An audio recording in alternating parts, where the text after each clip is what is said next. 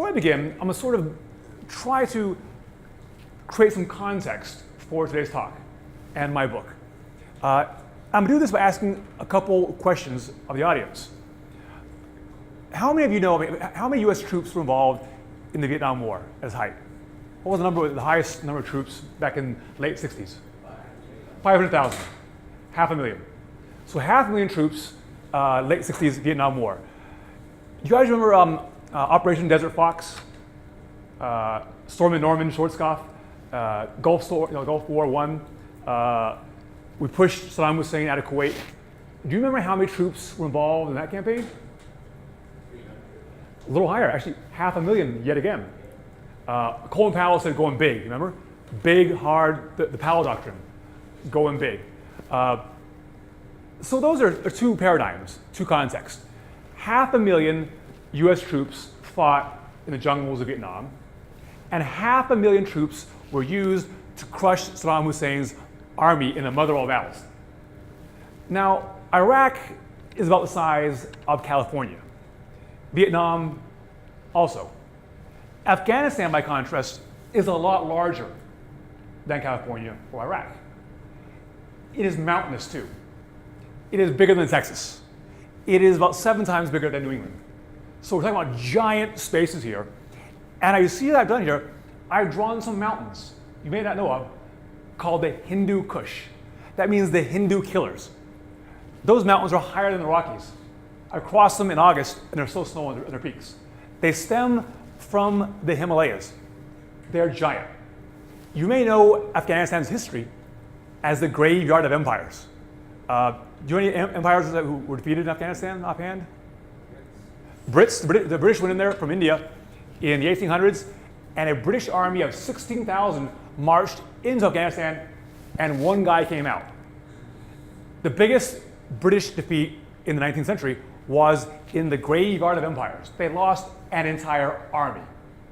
Anybody else whose empire was defeated in Afghanistan? The Russians. The Soviet Union. Remember, the Soviet Union in the 1980s invaded from the north, and they too were ground down in the Soviet version of Vietnam. Only it wasn't the jungles, it was the mountains and the tribes that ground them down. Throughout history, Alexander the Great could not conquer the tribes up here, the Sogdians and Bactrians. He conquered the entire Persian Empire in 3 years, and spent 3 more years trying to conquer these wild tribes who he just couldn't defeat. The story of this is, if you ever become president, don't invade Afghanistan. But that's exactly what we had to do after 9/11. We had to go in there and destroy that sanctuary. Remember, they were housing, giving sanctuary to Al-Qaeda, who just slaughtered and killed 3,000 Americans on 9/11. So remember, we have 500,000 troops to invade Iraq, Gulf Storm, 1991. Late 60s, troop levels went to 500,000 in Vietnam too. How many troops were used to conquer the much, much, much larger country of Afghanistan that, by the way, also has the inconvenience of having the Hindu Kush Mountains going right through its core? Do you know how many troops were involved in 01, Operation Enduring Freedom? Remember, we went in, you remember 9/11, the images, people dying, and then the war began. But do you have any memories or images of that actual war in October and November of 01? How many troops were involved? Anybody know? Well, 300. 300. I gave this talk once, the guy said 300,000? I said, no, lower that. 30,000? No, keep going down. 3,000? No, 300. Now that is nothing. Arguably, if Chelmsford fought back, 300 Green Beret Special Forces could not conquer Chelmsford, even if they were Rambos, much less 20 New Englands. You understand the scale here? Oh, with mountains that are higher than the Rockies. Dump Rockies in New England, and you understand what I'm describing here. So 300. And no mental images. Remember, there were no embedded reporters. You all remember all those embedded reporters? We went into Iraq with 03 to push Saddam Hussein in Baghdad. Every newspaper in America, in Wichita, had a journalist embedded with those troops. Everybody had troops embedded journalists and troops. So we had thousands of images, the statue coming down with the American flag on it and the American troops fighting. But there are no images of this 01 campaign and little knowledge about that. And that bothers me because I am a professor of Central Asian Turkic history. And I don't like a mystery. And when that war went down, I was shocked at how quickly we conquered and defeated the enemy in the graveyard of empires. But yet, what's the real story? People just forgot about it with Iraq. No one questioned that damn war. Where are the images? How was it done? How many troops? I was a little curious. That's a bad thing if you're an untenured prof and you have a fire and you want to make a mission. So I applied for a grant from my university to go to Afghanistan on my own and uncover the mystery behind this covert operation. I wanted images, first of all. I wanted a story. I'm a storyteller. How was this done? Remarkably, my university gave me the damn grant. I was like, damn, now I gotta go. So I bought a ticket with trembling hand, and I flew from Boston Logan to Istanbul Ataturk Airport, my favorite city in the world. Then I flew to a country called Azerbaijan, don't worry. From there, I flew over Iran and over the Hindu Kush for about 2 hours into Kabul. I made contact with a warlord. I was told a certain mysterious, powerful warlord was the key to our amazing victory. But the problem was, he's a Mongol, larger-than-life warlord who is known to slaughter his enemies. People feared him tremendously. And I was told he no longer likes Americans. I met war correspondents in Kabul, and they said, are you out of your mind? You can't cross the Hindu Kush Mountains and go across the deserts and meet this large-like warlord. He'll kill you. It was a dare for me. So I ended up joining some Uzbeks I met. This tribe, by the way, are Mongols called the Uzbeks. And before I go any farther, you should know something about Afghanistan that many don't know. We Americans have a geography that extends around America and then Western Europe. We had Germany, right? France, Italy. Can anybody tell me the capital of Albania? Or Moldova? Or Slovenia? Forget that. How about Kazakhstan or Kyrgyzstan? Terra incognita. Unknown lands. I can't tell this story without maps. Maps are the key to bringing that terra incognita into your minds so you can visualize this journey. So, I crossed these mountains with a bunch of Uzbek Mongols who belong to one of the tribes in Afghanistan. There is no one ethnic group in Afghanistan. Who lives in France? The French. Who lives in Japan? The Japanese. Germany? The Germans. Switzerland? What's the national language of Switzerland? Yeah, one of my kids said Swiss. I'm like, no, that's a cheese. You can't speak a cheese language. No, it is Romansh, Roman, ancient Roman, German, French, and Italian. They all came together into one country. Now you can all visualize Germans and French, Italians, right? Now, Afghanistan is the same thing. Well, it's made up of 4 ethnic groups that sadly you may not be able to visualize, which is why I come in handy. Now, you have 4 groups. One group are called Afghans. I call them the English of Afghanistan. I grew up in Wales. My people aren't English. Never call Welshman or Irish or Scot English. They'll slug you. It's also an insult.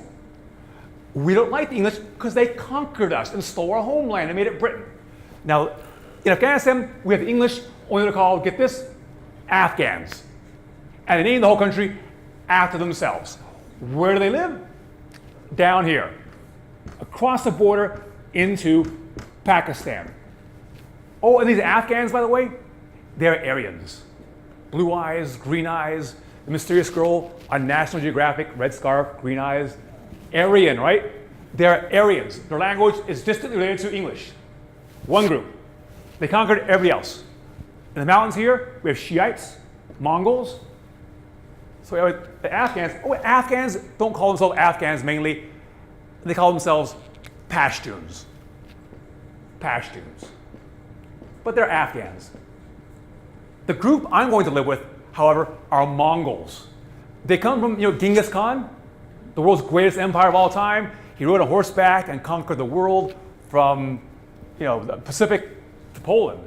Much larger than Alexander the Great or the Romans. Mongol warriors. These people up here are ethnically Mongols, and they don't like the Aryan Afghans who conquered them any more than we God-fearing Welsh like the English. Same thing. So here we have our tribe up here, the Mongols. Riding horseback, furry hats, tents, big warriors. Only the tribe is called the Uzbek Mongols, as in Uzbekistan. Up here, Uzbeks live both sides of the border. All right, so I go over the mountains in search of a mission. I was told the Mongols are fierce, they're warriors, they'll kill you. Their warlord is like someone from Game of Thrones or The Hobbit. You don't want to just show up on his court. That's exactly what I did. Came with a convoy over the mountains, drove across the deserts, 4 days. I'm so far from home. I'm way out on a limb here. I've gone too far. I arrived at this compound, guards with RPGs, rocket-propelled grenades, heavy machine guns, AK-47 assault rifles, maybe a couple hundred of them, trucks with guns mounted in the back. And I'm escorted through the crowd into the compound, and there's about 500 tribesmen with turbans on lined up to see their chief, their Khan. Khan means emperor. And I walked through the crowd with a couple guards. He knew I was coming, by the way. And all talk stopped. And I'm a skinny 148 professor, 140 pounds, arriving before all these warlords, big guys, 140 pounds wet, and I was dead dry in the deserts. I get there, and he says, "Hoş geldiniz. Welcome, Amerikanlar. We're buradayım. Sen niçin buraya geldin? Niçin Amerika'dan? Niçin sen şimdi benim sarayda? Why did you come all the way from America over the mountains to my place? What brings you here, American?"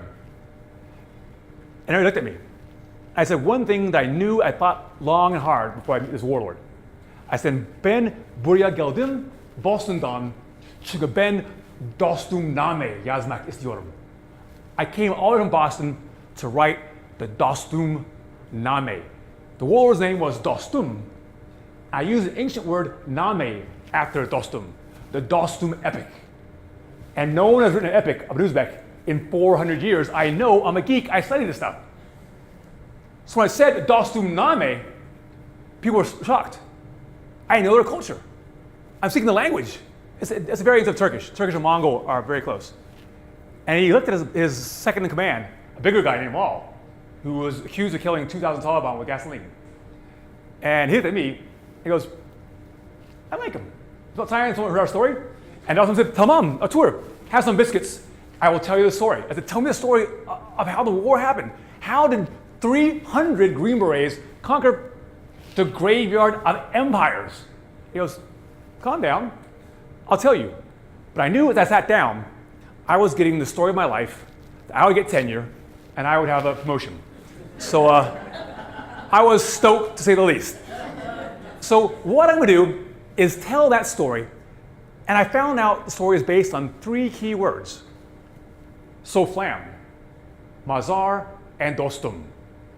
Those are the key words for how 300 Americans conquered an empire, a country inhabited by 55,000 Taliban fanatical warriors who were dug in, waiting to turn Afghanistan into our new Central Asian Vietnam, and 5,000 Al-Qaeda fighters, suicide bombers, people waiting to turn this into a bloody quagmire, America.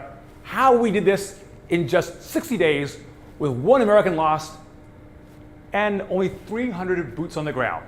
And along the way, I'm going to do something that you have not done before, perhaps. I'm going to give you actual visuals, images, photographs of this covert operation. These images come to me from 4 sources. Oh, and by the way, they're not, get this, read deep, on the internet. My students in my class freak out when I say that. Whoa, boom. Wait, it's not on the internet? That's a thing? I go, yes. Believe it or not, there's more information not on the internet than on the internet. So these images were given to me by a friend of mine in the CIA, who was my boss when I worked at the CIA later on, much later than this event, by the Green Beret team that spearheaded this covert operation. Their commander gave me his photographs in return for my photographs. And also, most importantly, this Taliban-killing, larger-than-life Mongol warlord named Dostum gave me his entire photographic album on my last day there. That's why I knew I was getting tenure. It was a visual history of a secret CIA campaign. And the fourth source of these images is myself. As Jessica mentioned, I have spent considerable time roaming this country, working by myself, or for the US military, or for the CIA. And over the course of those journeys on my own, I've collected a lot of images. I've roamed the battlegrounds, and I've recreated this covert campaign based upon the train interviews with captured Taliban, with the Warlord, Green Berets, and CIA. So here are the images of that campaign that will take you from Chelmsford, hopefully, into the Hindu Kush Mountains of Afghanistan. Here's the movie. It tells the story of this campaign, but the real story is about this brotherhood that is forged in combat between two vastly different men. On the left here, we have our hero, a Green Beret. There we go. In the movie, the real guy's name is Captain Mark Nutsch. Dana, you met him on rides to work. He comes to lecture to my classes at UMass Dartmouth. He's a real hero. He was the first American commander to go into Afghanistan after 2001 and actually lay eyes on the enemy that had given sanctuary to Al-Qaeda terrorists who just brought down those buildings. This is a long time ago now, but imagine being the first guys with binoculars to see Taliban. It must have been an extraordinary moment in time. The pressure, the fear, out your own. And who's next to him? A larger-than-life Mongol warlord named Dostum. Now these are obviously the actors playing them in the movie. On the left, we have this heartthrob named Chris Hemsworth. When I show these images in my class, the girls all turn red and faint. And the guys are jealous because he's about 6'3" and he plays the thunder god Thor in the most wide-selling movies of all time, The Avengers. #1 gross-selling movie just last month. He's in it, playing Thor with a big hammer. On the right here, we have the Warlord, played by Naveed Negahban. You may not know that name, but has anybody seen the popular TV series called Homeland? It was sweeping the country about 2 years ago. Everybody had to watch it. Remember the bad guy, Abu Nazir, the Arab, who brainwashes Brody and makes him become a Muslim? This is the guy right there. So most people know him from that TV show. So they're playing two real characters who are still alive today. Here's Chris Hemsworth, our Thor. By the way, when I met him on the movie set, I approached him, and he is about 6'3", not a small guy. And I said, you're kind of small for a thunder god. And he said, I can still break you, Prof. And I have no doubt he could. So here's my book, which tells the story not just of the campaign, but also of how you become a warlord. I always want to know, how does one become a warlord? I wouldn't mind being a warlord. I'm an aspirational warlord. And but it make a great gift for your family for Christmas or Hanukkah. And this is Hemsworth, me, with my book. He's not that small. He actually bowed down to become immortal. This is in Hollywood. Here are the two actors. This is what I like about this story. It is a friendship between, get this, a Muslim and a blonde-haired, blue-eyed American from Kansas who unite to fight the common foe. And this story flies in the face and deconstructs a common paradigm one hears on certain news channels that all the Muslims are out to get us. I once heard a talking head, know-it-all, say all the Muslims are acquiescent to terrorism. They are not standing up. Where are the protests against bin Laden and the Taliban and ISIS? They are all tacitly acquiescing to terrorism. He said this on this news channel. It's simplistic, and it's also erroneous, and it's revisionist history. Because the Taliban were overthrown by Muslims who were fighting them long before we got in the game. You will hear the story of heroic Muslims with a capital M who fought for years against the Taliban and Al-Qaeda and warned us they were coming. That's why I love this story. Up here, we have the real characters. That on the left is the very real General Dostum. He's now Vice President of Afghanistan. And on the right, the very real Captain Mark Nutsch, who's kind enough to ride to work with me and Dana and tell stories to my classes. Here's the two characters playing them down here, these two famous actors. That's me with the actor on the movie set. So who's the real guy, though? I told you the secret to this campaign lies in three things: Dostum, Soflam, and Mazar. That's how just 300 boots on the ground overthrew the entrenched Taliban regime in just 2 months. But who is Dostum, this mystery? We'll find out. This is the basics. Once again, Afghanistan is not homogenous. I once heard someone say, the Afghanis don't want us there, we should just leave. I go, Afghani means the currency. It's like calling Europeans euros. Which ones do you mean? Uzbeks, Tajiks, Hazars, Pashtuns? What? Here we go. So we have these groups quarreling for power, and the ones we're focused on are these Uzbeks. This is their ancestors, these horse-riding, bow-shooting Mongols who conquered the world in the 1200s, and here they are today, their descendants, still roaming on the open plains, charging and waging warfare and playing ancient games on horseback. By the way, as a kid growing up in Wales and Florida, I idolized the Mongols. Unabashedly, I wanted to be Genghis Khan, to ride on horseback. I hated working at Subway. I wanted to ride on horses and burn cities. These guys, for me, were better than Subway. Look at that. They're still playing the ancient game of their ancestors that Genghis Khan created. They dragged the carcass of a decapitated, dehooved calf through a crowd of people whipping them and beating them, and they try scoring goals. This makes them tough. One of my students asked me, Dr. Williams, when you were in Afghanistan, were you like Indiana Jones? Did you ride the horses and play that game called Buzkashi? Like, hell no, I didn't. I got there, I rode on a horse a little bit, but I'd never play that game. The earth shakes, bodies get crushed, people get wounded, killed. No way I'm gonna play that game. But these guys play it and they're tough. They're like rugby players meet hockey players and meet football players on steroids. This is war. The whipping faces, the beating people. People who live in that culture are tough warriors. And they live there in the north in the pink. The green is our domain. Once again, Afghanistan is not homogenous. We're dealing with Uzbek Mongols. Now this girl, there's a picture, is obviously an Aryan. She's not a Mongol. She comes from this group down here, the English of Afghanistan, the ruling Aryans, not the Mongols.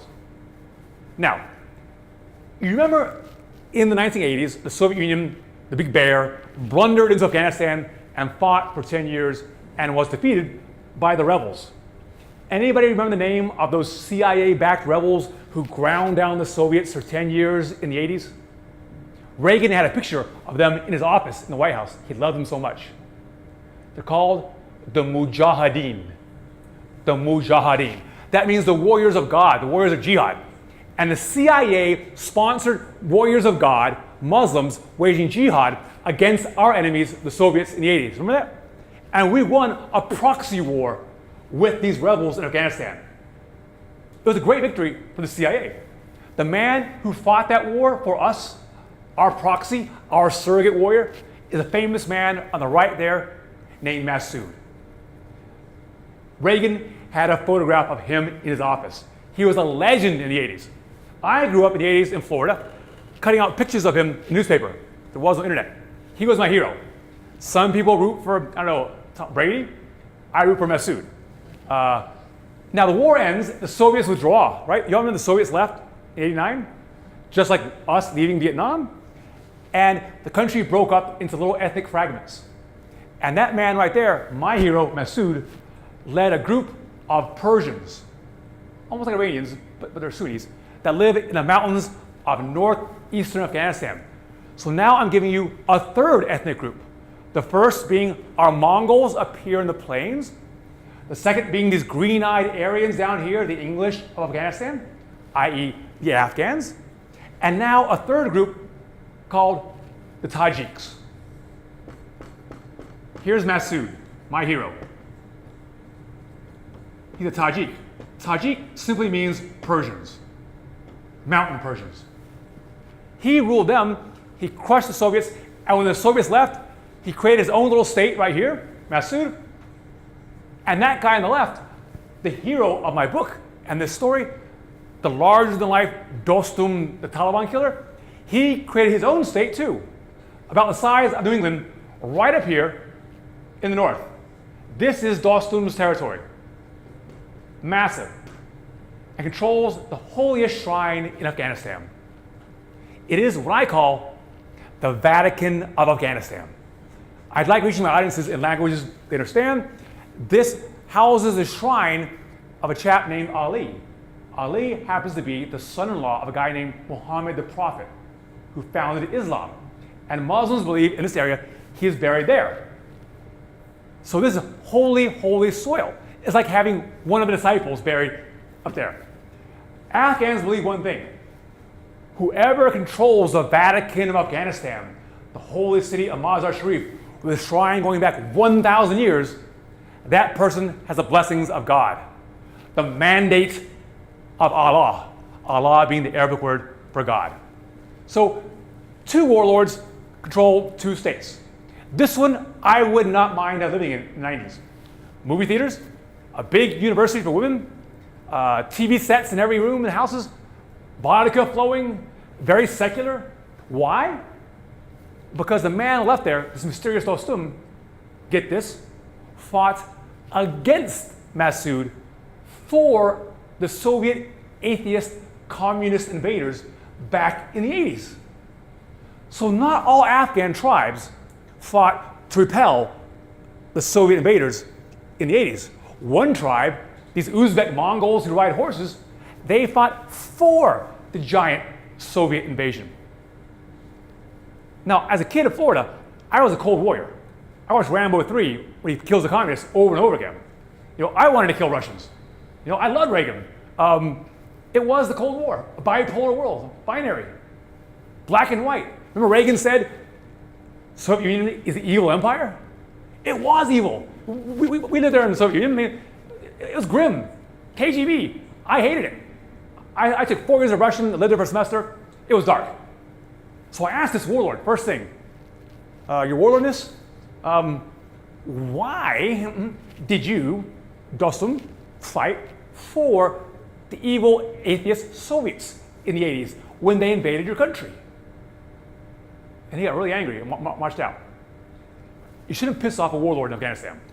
I was nervous. But he came back the next day with his whole convoy, about 8 trucks, and he patiently controlled himself and explained to me, Hojojum, my professor, in the 80s and 70s, I grew up in the most backward country in Eurasia. Literacy rates about 10%.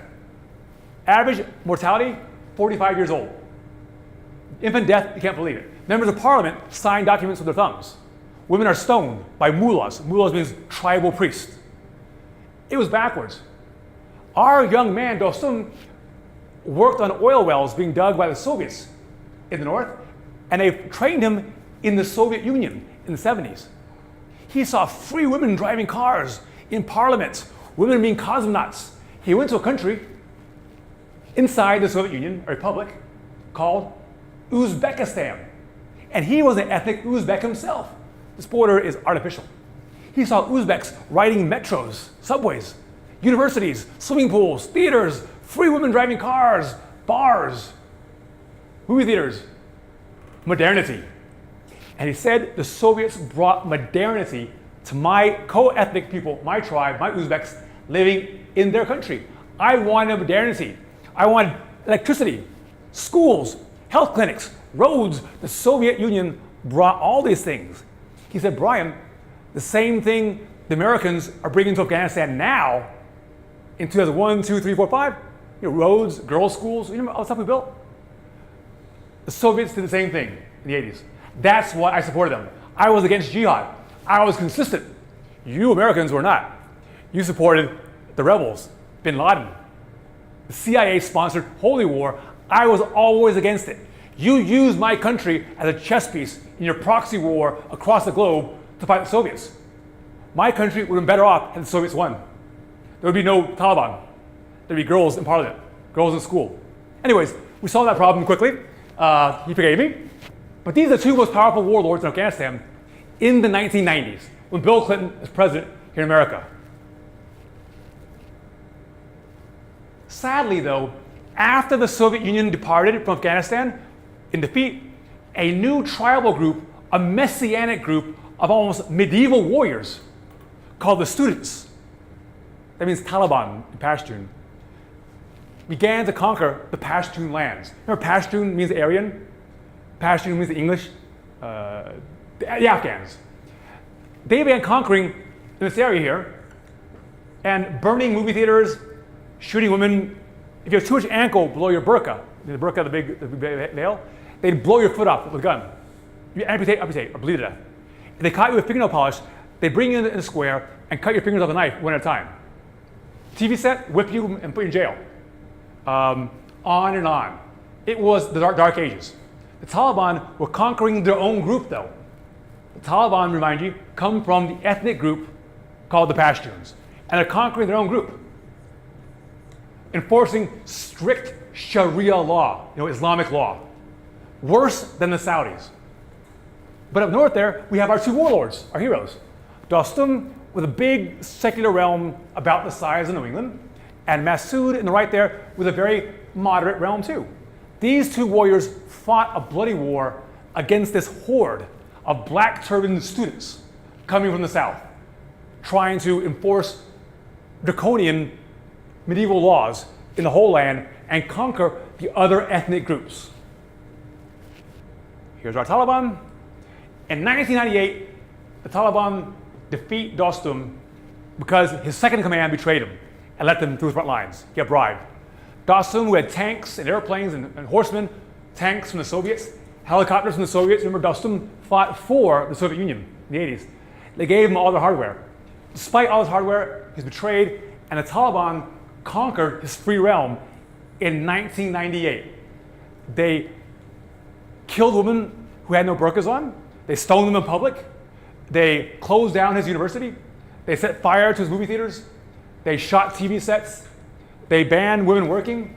They enforced strict Sharia law throughout the realm of the north, where the free Uzbeks had lived under Dostum, enjoying, vodka and TV sets. Now the Taliban conquered his realm. And the central part too. Only one man left standing, my hero and Reagan's hero, the legendary Massoud, so-called the Lion of Panjshir. Panjshir is his valley up here. One man left. It's the only free part of Afghanistan 20 years ago in the year 1998, when Dostum was forced to run away to save his life all the way to exile in Turkey, a close language to his people. Now the clock is ticking, folks. We're getting closer and closer to 9/11. Americans are oblivious, but death is looming on the horizon, and it's coming from this country. Americans are oblivious. We don't know countries like Afghanistan or Somalia.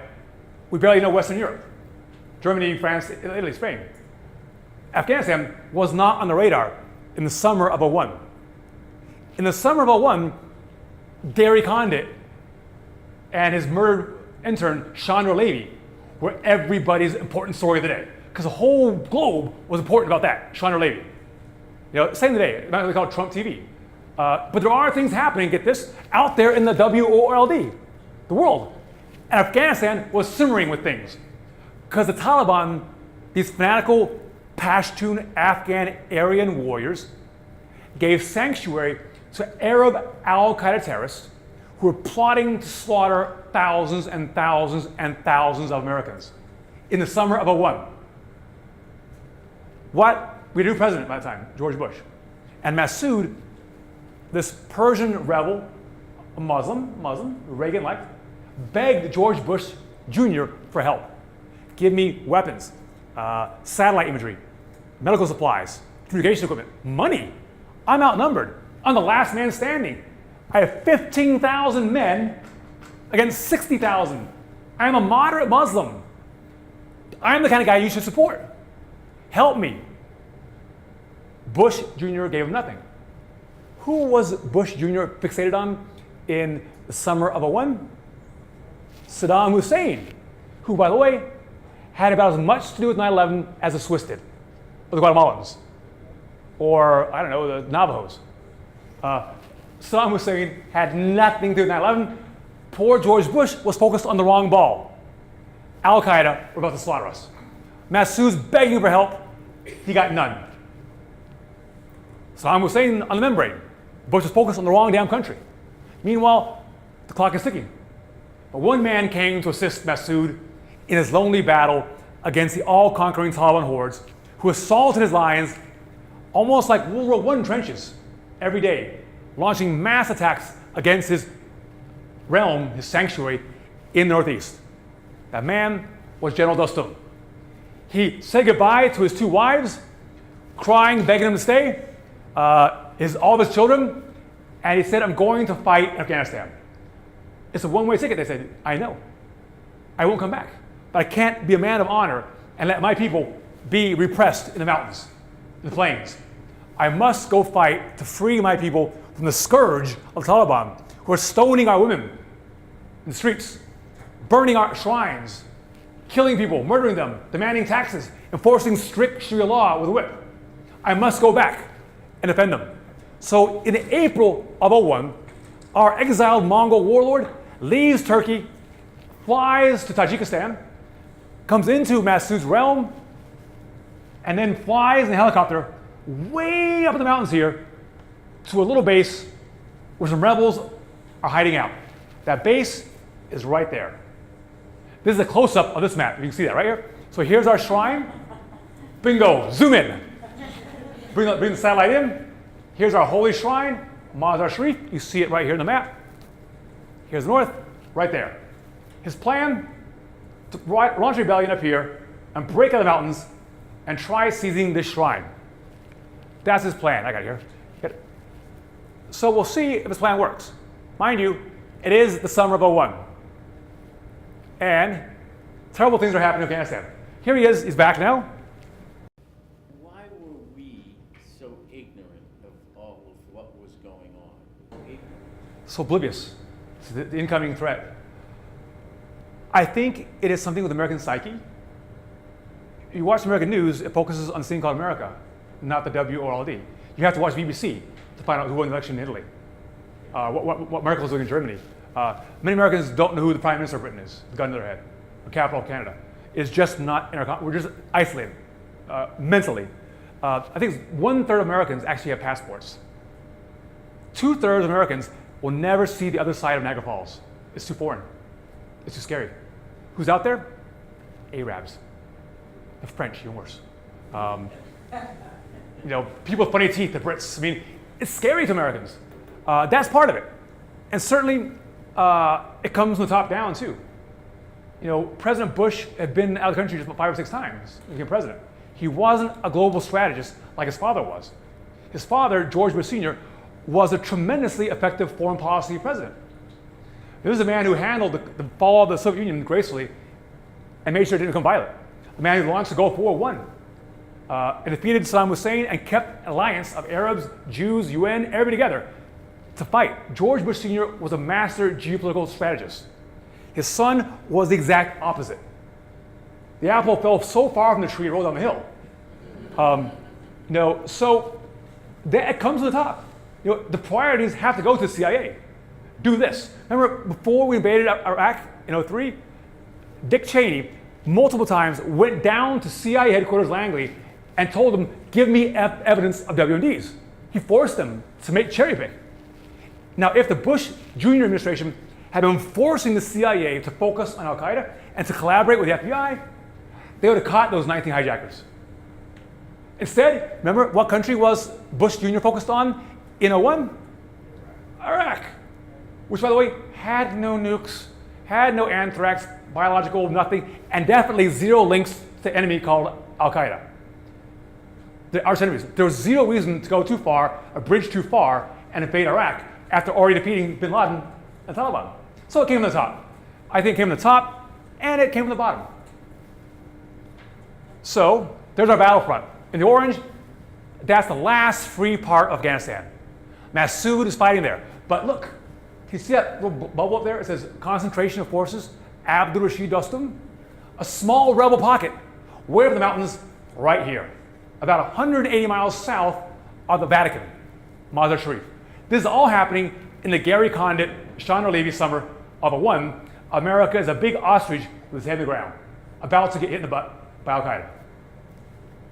Here's our warriors fighting a lonely battle. Where are the good Muslims? Where are the Muslims standing up to terrorists? They're all acquiescent. They all love Al-Qaeda. Bullshit.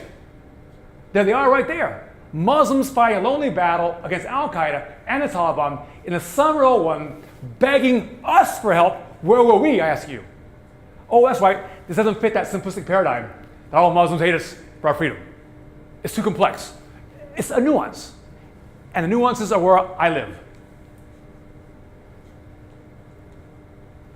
This is a fact. There's all that gray zone between that white and black noise we hear on the TV set. An actual gray zone based on field work instead of staying at home and making decisions by watching Fox News or CNN or MSNBC. That's the fact. Muslims fighting war against Al-Qaeda before we came along and joined them. Here he is, giving a speech to his warriors. He was up in the mountains here. 2,000 Uzbek rebels escaped the Taliban-controlled plains and snuck on their horses with their AK-47s up to the mountains and joined his militia, just like the Americans did to fight the British in the 1770s. A militia, a people fighting for their women, their homeland, their tribe, their faith. Rebels up here, 2,000 born warriors on horseback, Mongol Uzbeks, declare a war on on Taliban, to save Massoud. What's their plan? There's 25,000 Taliban trying to crush the last free pocket of Afghanistan. Women go to school there, kids play kites, TV sets. The Taliban want it. They're crushing it that summer. A massive offensive. But Dawson flies over here and launches a diversionary, distractionary campaign way up in the mountains, charging down here, attacking Taliban positions, checkpoints, killing Taliban. And the Taliban know a legendary warrior is up there fighting. And in Afghanistan, people fight for warriors. It's like Game of Thrones. If you're a powerful warrior, you fight and die for him. The cause, often irrelevant. Communism? Fine. Jihad? Fine. I'll join those guys in. My warrior's fighting, I follow him. And he's popular. Uzbeks are mighty up there. The Taliban have to stop him. The Taliban insert 8,000 troops to try blocking Dostum. These troops are diverted from crushing Massoud, and Massoud survives through April, May, June, July, August, and September of 2001. But sadly, Massoud, my hero, Reagan's hero, the legend who defeated the Soviet Union in the 80s, was killed by Al-Qaeda suicide bombers who came to his base up here disguised as journalists to interview him, and they set up a bomb and a camera. I met Massoud's friends on the spot where he died, and they showed me metal flew from the journalist's camera into Massoud's eye and his chest, and he died in about 2 minutes. As he died, he said, "Take care of my friend Khalili, his childhood friend who's on fire." The last great leader, the last hope for free Afghanistan in the summer of '01 is now dead. Bin Laden had his victory. In Afghanistan, you fight for the warrior, the charisma, the nam, they say in Persian, the power, the gravitas, the leadership role, and now the famous Amir Sahib, Lord Commander, Massoud, the legendary Lion of Panjshir, is dead. I got the news 4 days after I moved back to America from London to teach at a university called UMass Dartmouth, south of here. Broke my heart because I couldn't explain what this guy meant to anybody. Who gives a damn about this stuff? Gary Condit, that's news. Chandra Levy, that's exciting. You know, input Trump today, the same thing. We're still exactly that same ostrich with head in the ground. If we attack today, we're exactly as we were on 9/11. Turn the news and try watching something on the news of the world. It's just not there. America is our world. I mean, Americans can't tell you the name of a city in Afghanistan outside the capital. That's the longest war in our country's history. We should know geography. In my classes, I stress maps. I mean, Heidi had a session about the importance of maps and scholarship. It gives terrain to Americans who don't know these terra incognitas, unknown lands. Meanwhile, up in the mountains of Afghanistan, our Uzbeks wage a lonely war, but they're a losing war. Taliban have sent 15,000 men to defeat these bold warriors. By the way, this picture and all these photographs so far come from Dostum himself. On my last day with him, he gave me his photo album.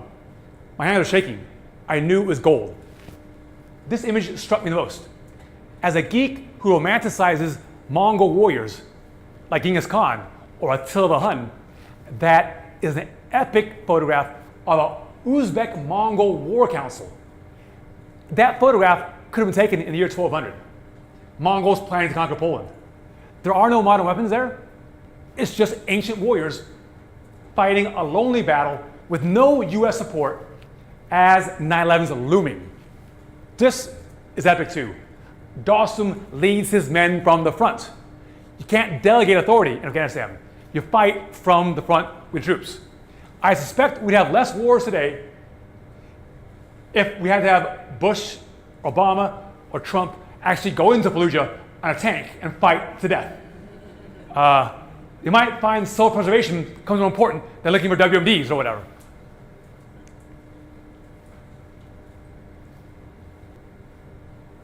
So now, our boy, our Uzbek, Dostum, is the last man standing, the last man with charisma in Afghanistan.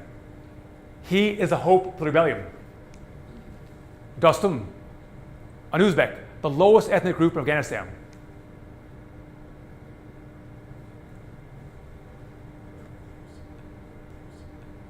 This is where history gets interesting.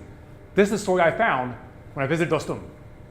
He found about the tragedy of 9/11 the next day.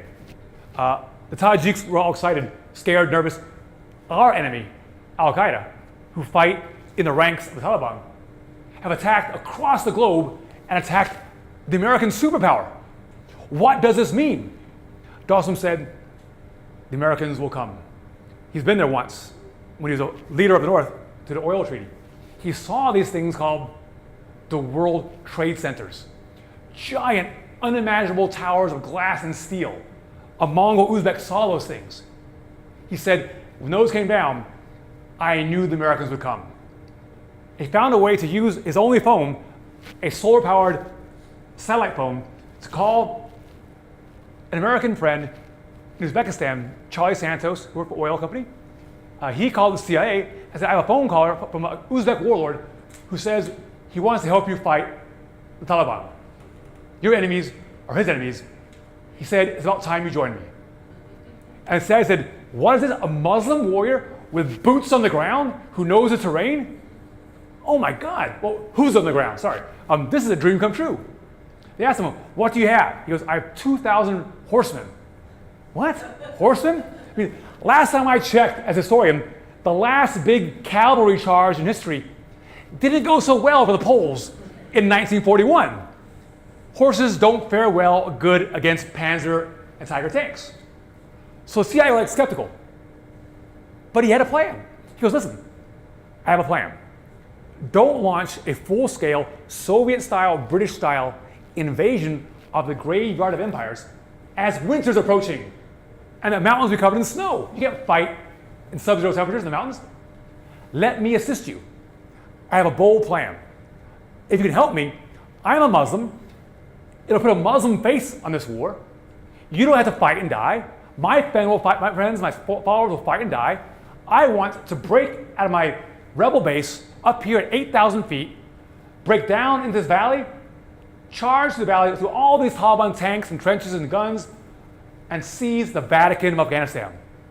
I, as a Muslim, believe that if I seize the holy city of Mazar, the Taliban spirit will collapse like a house of cards. They are superstitious. Allah blesses the owner, the conqueror, the possessor of the Vatican, Mazar, a beautiful shrine built in 1000 AD. The CIA were curious. CIA does not do prophecies or ancient tales.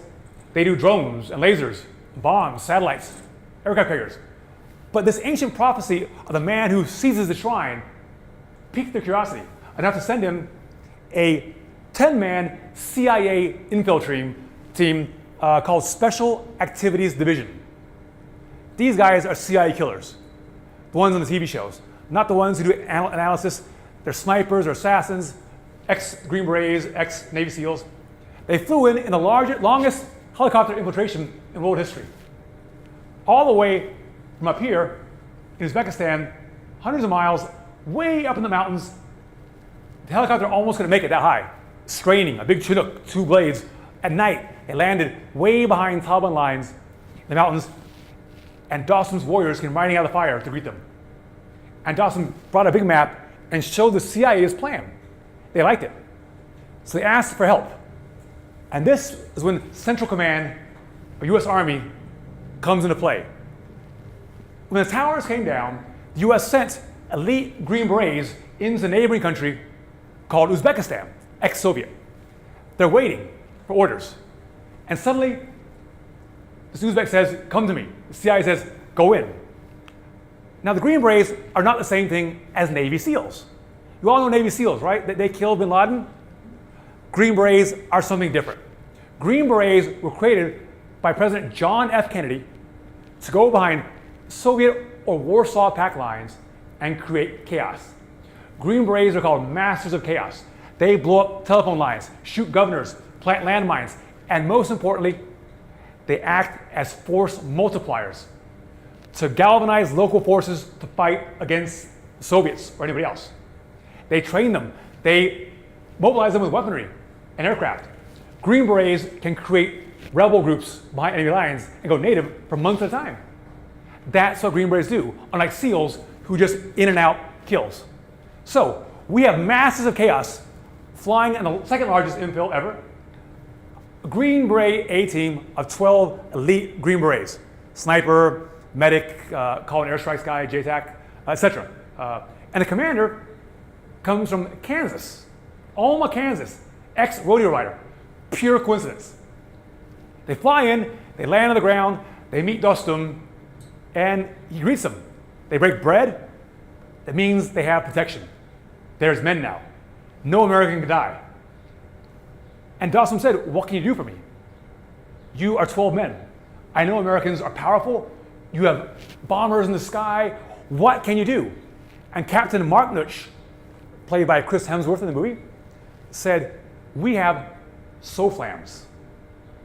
Remember I said there's 3 things that allowed just 300 Americans to conquer Afghanistan? Well, you know 2. The shrine of Mazar Sharif, where Ali is buried. Dostum, a descendant of Genghis Khan, an Uzbek Mongol. And now SOFLAMs. Does anybody know what SOFLAMs stands for? Good. Laser. Special Operations Force Laser Acquisition Marker. What is it? About this high, a little device, swivel it around. Say I'm on the library here, and my old chairman is down the street, I hate him. Or my old subway boss in Florida. And I see his car. He's a Hyundai. And I sit there, I shoot it 2 miles down the street, laser, it lights up that car, it paints it. He doesn't know it though, because it's infrared. He's in there eating a Subway, but what's happening? A plane flying at Mach 3 above us drops a bomb. And it's not an old-fashioned dumb gravity bomb like the ones we had in the Gulf War, or in Kosovo, or in Bosnia. This is something new and scary. A laser-guided or satellite-guided bomb that goes exactly where you want it to go. That bomb can go, it drops and the fins move, and it goes using the same homing devices that allow your GPS to find a target. It's so precise, you can put it in a window of a car, should you want to, my old boss. Boom. Now, the bombs come in different sizes. A 500-pounder, a 1,000-pounder, and 2,000-pounders. You drop a 2,000-pound bomb on this library, everybody in it is dead, it's a hole. It's a big, big bomb. And B-52s carry payloads of lots of 2,000-pounders. You know what I'm saying? A tremendous amount of destruction can be channeled for the first time ever in history directly where you want it to go, on the enemy. Never before have men on the ground had the ability to act as gods. And that's what the Uzbeks thought these guys were when they called in bombers flying from Diego Garcia, an island in the Indian Ocean 2,000 miles away. Big, almost 747 scale B-52s flew across the Indian Ocean, up over Pakistan, up in the mountains, and dropped their payloads. And they went exactly where Captain Marknuch had lased the target. What was he lasing? Taliban positions down here. Tanks, artillery, trenches. Thousands of Taliban. Gloating, happy, strong. Artillery. He said that nothing. Light RPGs, infantry weapons. Suddenly, boom, boom, boom. Taliban are flying in the air. They're watching binoculars from the cliffs. When it's over, Dawson turned to Mark Nutch and said, "I like B-52s." And you can see why. But he said, "But you can't win a war from the air. Nixon taught us that in Hanoi. You can bomb Hanoi all you want. Charlie still won the bloody war. Somebody has to fight on the ground to win the war. Someone has to go in those trenches, those bases, and flush them out. That is what the Uzbeks do." Dawson said, "Listen, can you do that again? I'm gonna get my men to ride and charge as the bombs are falling. Let's synchronize them, coordinate. And the bombs will hit, and my Uzbek warriors, the guys who play like a tough game, the carcass of the calf, born warriors, they'll storm the Taliban lines, shooting AK-47s at the Taliban after the bombs have fallen." So they had to coordinate it beautifully. F-18s, B-52s drop the bombs. Uzbeks are riding already going down the hills, screaming a sword above their heads, ancient medieval charge being supported by laser-guided and satellite-guided bombs. 21st century killing technology meets medieval cavalry charges of the sort Richard the Lionheart would recognize. I love that juxtaposition. It works. They end up creating synergy. Over and over again, the bombs fall, Dawson's warriors hit, and they punch through the lines, all happening from October 19th, 01 to November 9th, 01. No images available because nobody was photographing this war. Well, except the CIA and the Green Berets and Dostum. I'll show you that campaign now. By the way, he got Mazar, November 9th, marched in, said his prayers. The Green Berets buried pieces of the World Trade Center right there at the shrine as an offering for those who died. They promised the families, if we win a battle, we'll bury pieces of the World Trade Center there on holy ground. And it is a holy ground. Dostum has it. Will his prediction come true? Are the prophecies true? Yes. The Taliban fell apart in 3 days. Kabul fell on November 12th. The whole country was liberated by December. 1 American dead. A miracle. Untold story. Soflan's Mazar Dostum. Now let's see the actual photographs of this campaign. This is a picture of the CIA. This is the actual CIA team that went in. Given to me by the actual CIA commander, JR, who rode with Al and me to work to speak. The guy in the far right there, Michael Spann, sadly, the very first Americans ever give his life fighting for our country against the terrorists in Afghanistan. A brave soldier, ex-Marine, joined the CIA. He was good at calling in airstrikes. He was killed in a Taliban uprising. But that's a helicopter they fly in him. The longest helicopter flight in history. They're refueling twice on the way to go into Afghanistan. This is imagery given to me by the CIA of the actual route they took, flying down from the capital of Uzbekistan, way up across into Afghanistan. When you cross into Afghanistan, the lights go out. It's the Middle Ages. Uzbekistan's modern.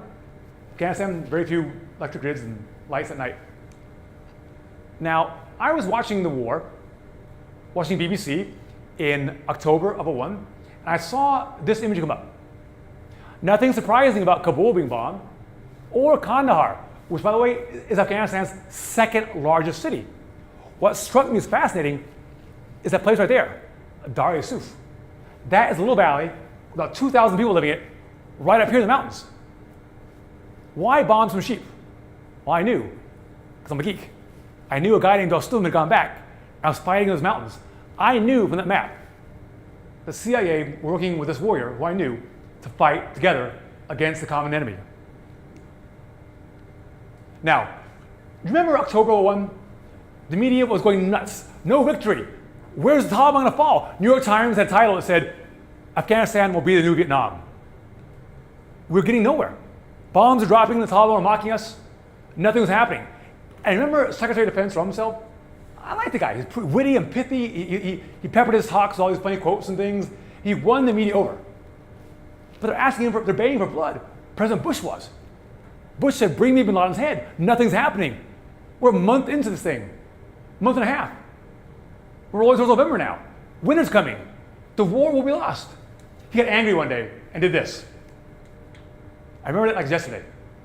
He stood before the media and showed the media a declassified photograph of Green Berets operating behind enemy lines way up in the mountains of Afghanistan. That's the picture. And here is a close-up. See the guy on the far right? Who do you think that is? That's a Turco-Mongol Uzbek warrior named Dostum. Now imagine Geek Brian, the only guy in New England who knows who this guy is. Holy shit, that's Dostum. Guys with sunglasses on. Afghans don't wear Oakley sunglasses. That's what I checked. Or tan, gray, khakis. Those are American Green Berets riding on Mongol horses to fight war. How cool is that?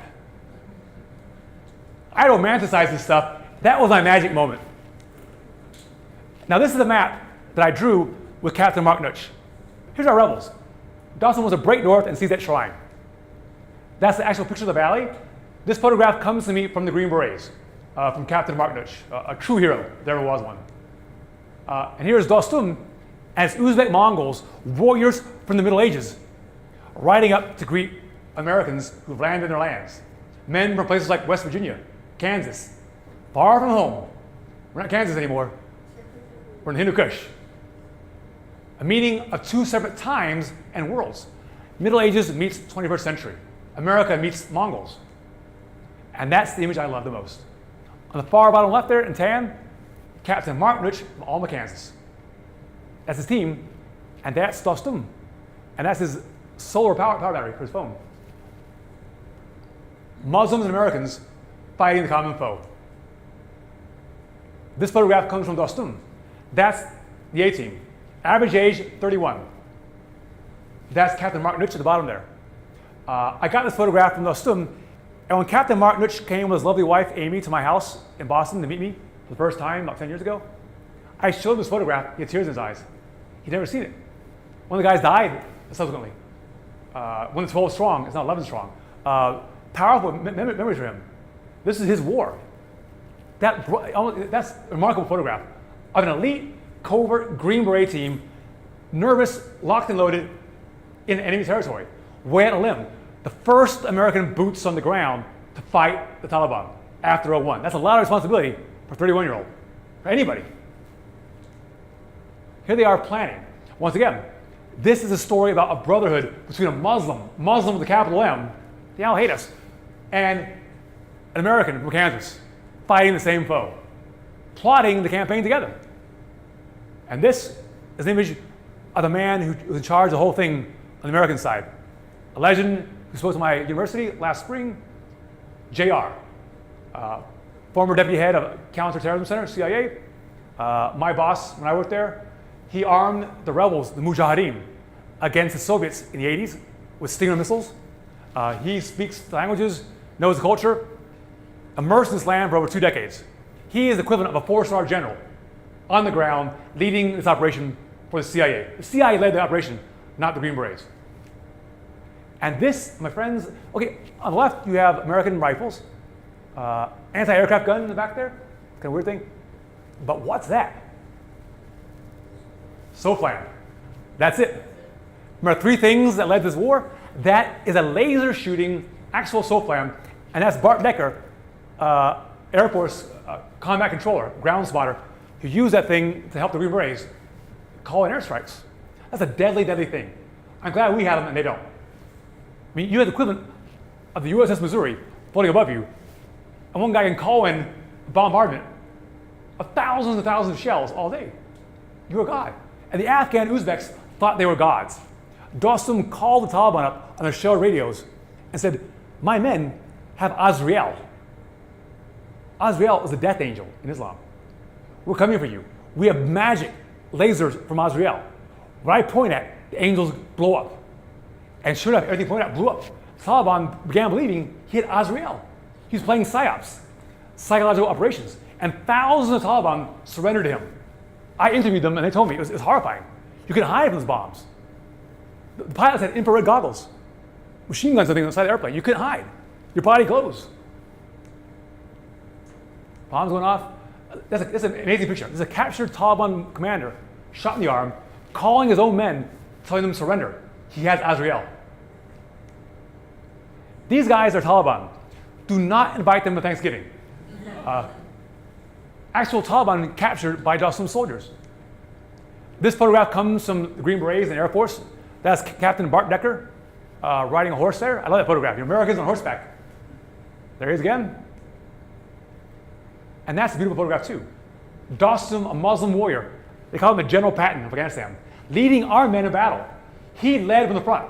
The Americans followed him. It was his mission, his dream, his campaign. We aided and abetted him. By, with, and through, they call it. The Green Berets call it. By, with, and through local forces. That photograph, by the way, is on the Persian version of my book. So there's Mazar Sharif. We're bombing it. Suddenly, boom, it falls. November 9th, 01. And then they charge into Mazar, victorious. They capture the head of the Taliban in the north. In the movie, Dostum shoots him in the head. And in the red carpet debut of the movie in New York, the whole audience cheered one time in the movie when Dostum shot the bad guy. In reality, Dostum gave him to the Green Berets, and now he's on holiday in a beautiful island in the Antilles, a place called Gitmo.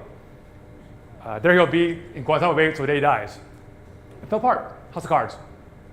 No one American dead. Victorious across the land, Green Berets by his side everywhere.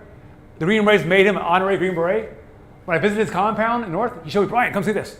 I'm a Green Beret. So proud, to have the Americans honor him by making him a member of their elite fighting force. Isn't that great? I mean, hairs on my arm go up in that picture. American from Kansas, best friends of a Muslim Mongol warrior. It's beautiful. What of that guy on the news saying all Muslims hate us? Where are they standing up? Breathe deep. I bet he's never heard of Dostum, or Massoud, or the Kurds. On and on you go. I love this photograph. A Green Beret playing that game, Buzkashi. Isn't that badass? You gotta love the Green Berets. Now, the Green Berets were commemorated. They're heroes. The colonel who led the operation became a 3-star general. Every promotions, they're all heroes, not like flags of our fathers. They had a big statue built in New York for them. I talked to the captain, Martin Nutch. I said, Mark, we can't have the ceremony without your friend Dostum there. Well, I've lost contact. Well, I've been going there in the summers to visit him. He can't come to America. America won't let him come because he's a warlord. But I said his son can come. So I invited Batur, Dostum's eldest son, to come to a big ceremony in Manhattan honoring the horse-riding Green Berets. This is a statue that then became reality. That's Captain Mark Nutch in the blue from Kansas. That's Batur Dostum, Dostum's eldest son, and that's my big noggin doing a selfie. And that's the statue behind us of the horse. And this, my friends, is part of the Green Beret team. 1, 2, 3, 4 members of what's called Tiger 02. The Green Beret team, they're heroes. And then Batur, and the right, Alex, he's CIA.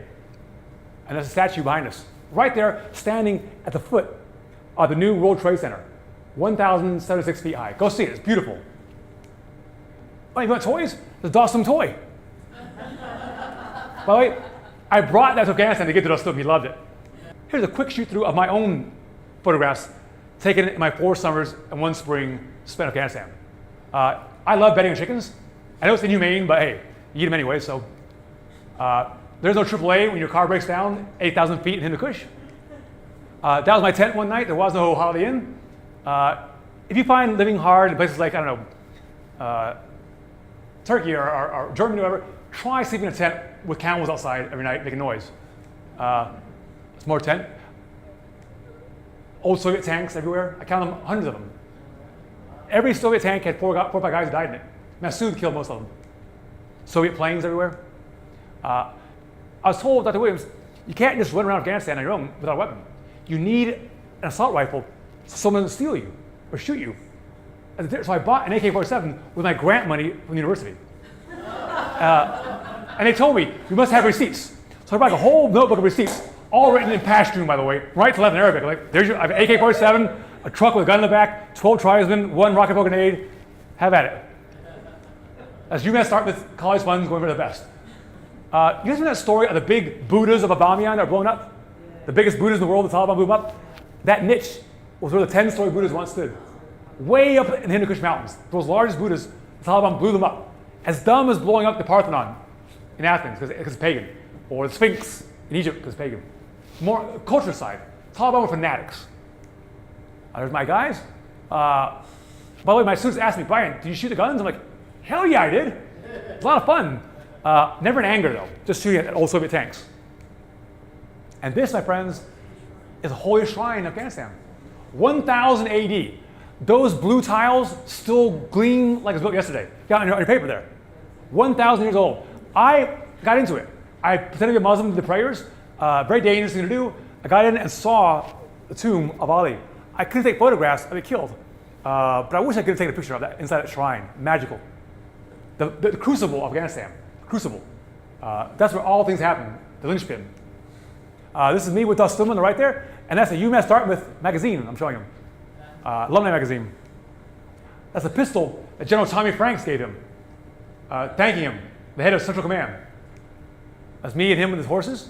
That horse is Captain Mark Mitch's horse. He said, no one else can ride it. I'm waiting for him to come back.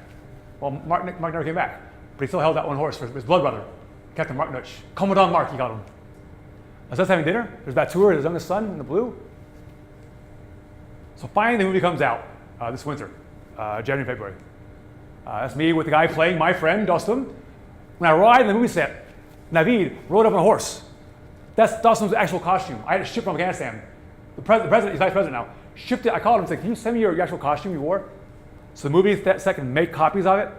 And he had it flown from Kabul to Istanbul, New York, then flown out to New Mexico with filming the movie set. That's Dostum's actual clothes.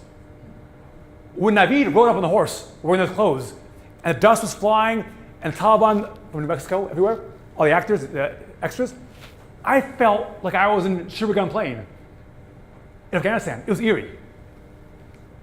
And there's a guy who plays my friend, Captain Mark Nutch, Thor, the Thunder God, Chris Hemsworth.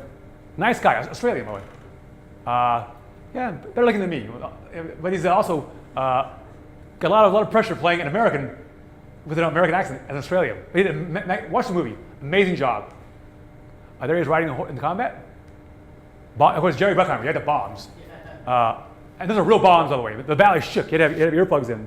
A sound wave hit you. I've never seen a bomb go off in my life. It was beautiful. I had to prove I was there. Yo, I'm there. And then you see the yellow earplug in my ear there on the right? My big selfie in the front there. And these are dreaded Taliban from New Mexico. So that guy in the middle there, it's like, yo. Great guys, though. And this, once again, is the book that Nikolai, the director, said half the movie is based upon. It gives the Afghan side of the movie. It tells also the story of how this young man, Dostum, became a warlord and a pro-women's rights warlord and a U.S. ally. A unique thing. It is that gray zone, the book. The nuances that I love. A human story. It humanizes a Muslim Mongol warrior and shows us in many ways we're not so different from them. So many thanks for your patience. And I'll take a few questions before signing books up here. Thank you.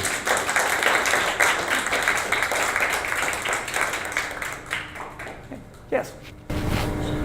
One of the things you heard was towards the end of this campaign, they had Osama bin Laden in the mountains. Yep. They had this comes from different sources, but the Green Berets had actually identified him in the mountains. They were calling in B-52s with the super bomb to get him. But that was called off. Tommy Franks called it off to divert all of the forces to go to Iraq. Is that true? Yes, sadly. Remember, we invaded Afghanistan not to destroy the Taliban. They were collateral damage. No Taliban were ever involved in 9/11. Not one. I heard someone say on radio once, a shock jock, let's nuke Afghanistan. Well, that's dumb. The Afghans didn't do 9/11. It was Arabs. A few hundred of them living there. So they fled, as you said. Bin Laden fled all this bombing down here to a place called Tora Bora. Remember that? We're in the mountains. There he hid out. And we bombed them with B-52s, as you said, dropping daisy cutters and aerosol bombs. And Then he bribed his way out. We didn't put in troops to interdict him. We didn't put him airborne, 101st Airborne, 10th Mountain, Rangers, Delta forces. We needed to put in aerial landmines, block the routes out to the mountains. We didn't. And the whole target of our war, bin Laden escaped into Pakistan and disappeared until the year 2011. 10 years of freedom that drove me nuts. Finally got him though, but yeah, but we of course, as you know, this became the forgotten war really quickly. All the oxygen got sucked out of Afghanistan to the war in Iraq, which had nothing to do with 9/11 or weapons of mass destruction about Bush's own ego, with the neocons. So sadly, the war was forgotten, and the Taliban reconquered 1/3 of the country in 2 years. So we focused, we took our energy out, we took our eye off the ball, went to Iraq. Yeah. Go ahead, yeah. I'll ask another question. Why are we there right now? Right now. Why are we there with our troops? And that is a valid question. It's the longest war in American history. More money spent on this foreign project than on rebuilding post-World War II Europe. That's a lot of money. We still have 15,000 troops there. They're still dying. Why? Because if we pull out, the government collapses the next day. Taliban rule Kabul, more executions, becomes a prison camp for 30 million people and a launching pad for new 9/11s across the globe. Taliban are now linked at the hip to Al-Qaeda. They have the same thing. And if we abandon the cockpit of Asia, they call it, it was terrible for Uzbekistan, Tajikistan, nuclear Pakistan, Iran, and Americans here at home, as we saw on 9/11. Sadly, we have to fight in that country to keep them on the back heel. So it doesn't become a springboard for new 9/11s. In short, that's the answer. And liberals don't want us to be there, I get that.